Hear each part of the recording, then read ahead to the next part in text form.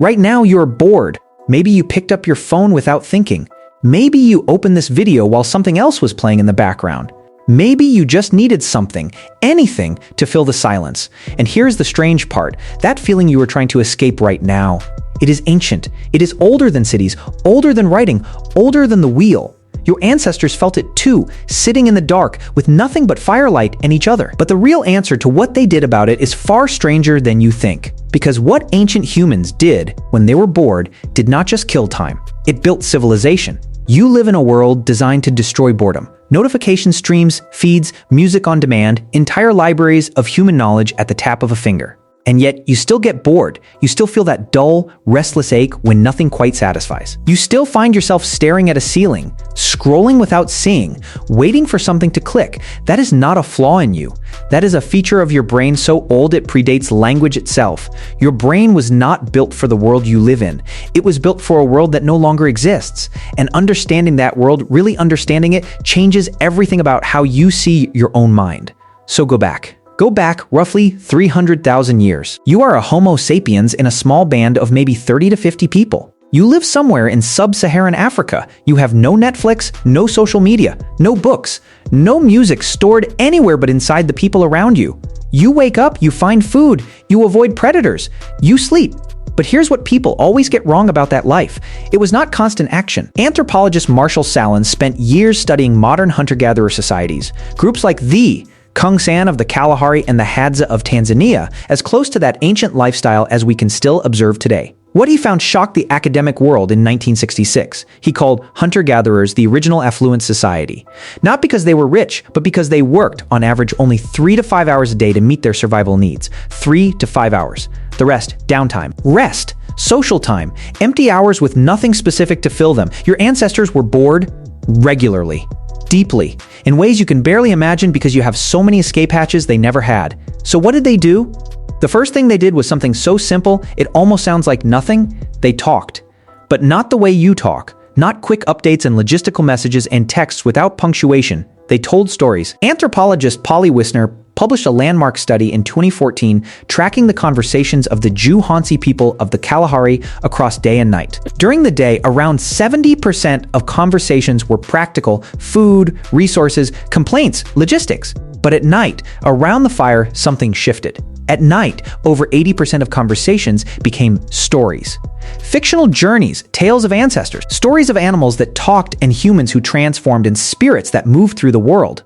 Wiesner argued that this shift from practical daytime talk to imaginative nighttime storytelling was the engine that built the social brain. That firelight storytelling is where human imagination was trained, where empathy was practiced, where culture was born. Your boredom at night in the dark produced storytelling, and storytelling produced everything that followed. Think about what a story actually requires from your brain. It requires you to simulate a world that does not exist, to feel emotions about people who are not real, to follow a sequence of events and predict what comes next, to hold tension and release it at the right moment. That is not a simple trick. That is one of the most complex cognitive tasks a brain can perform. And your ancestors practiced it every single night because the alternative silence was unbearable. Psychologist Jerome Singer spent decades researching mind-wandering and daydreaming.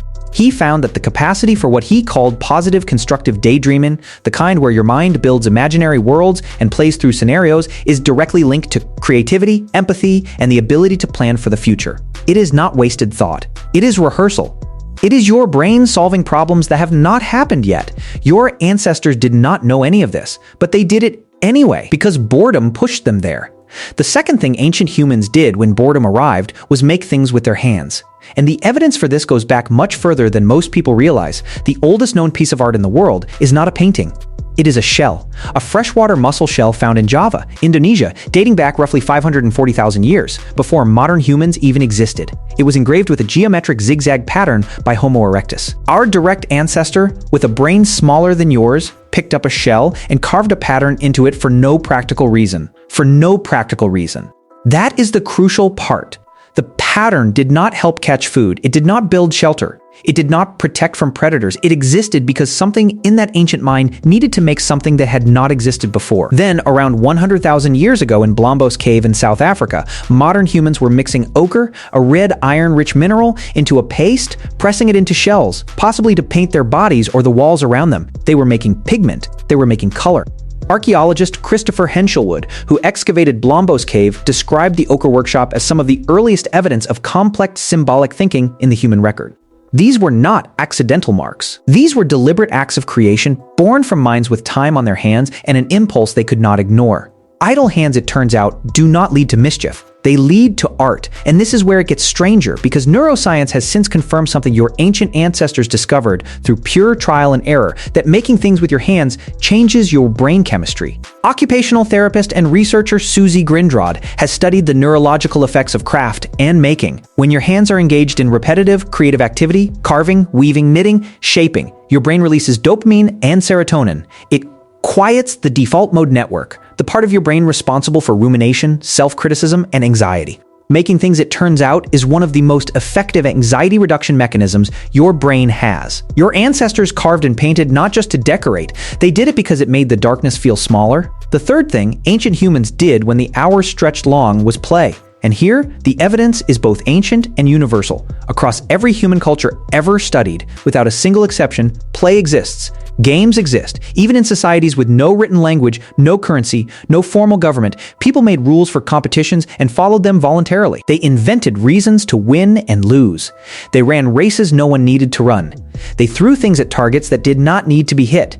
Archaeological records from across the ancient world reveal game pieces, dice, and ball courts stretching back thousands of years. The royal game of Ur, found in a tomb in what is now Iraq, dates to around 4,600 years ago and is one of the oldest board games ever discovered. But game-like objects and play behaviors appear in the archaeological record far earlier, in forms we are still interpreting. What was play doing in the lives of ancient humans? Researcher Stuart Brown, founder of the National Institute for Play, spent 40 years studying play behavior across species and human cultures. His conclusion was blunt: play is not a luxury. It is a biological necessity. It is how mammals, and especially humans, practice skills they will need without the cost of failure in a real situation. A lion cub that plays at pouncing does not get eaten when it misses. A human child who plays at social conflict learns negotiation without permanent social damage. And for your bored ancient ancestor sitting near the fire with hours to fill, play was the laboratory where social rules were tested, hierarchies were negotiated, and alliances were formed, all under the cover of something that felt like nothing more than fun.